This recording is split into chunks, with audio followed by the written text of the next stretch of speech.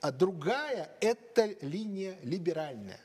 Главное в ней – это термин «свобода». Что такое свобода? Это право любого человека выбирать себе те принципы, которые ему сегодня нравятся. Вот ему, соответственно, нравится сегодня «не убий», он его пишет, а завтра не нравится, он его вычеркивает. Это свобода. И отсюда сразу же вылезает политкорректность. Запрет общества анализировать систему ценностей каждого конкретного человека. Если у вас там 5 маленьких детей, а ваш сосед по дому человек, который как бы пытается отменить законы о запрете на педофилию, вы ничего не можете с ним сделать. И даже если выяснится, что он там растлевает ваших детей, если суд это не подтверждает, он чист.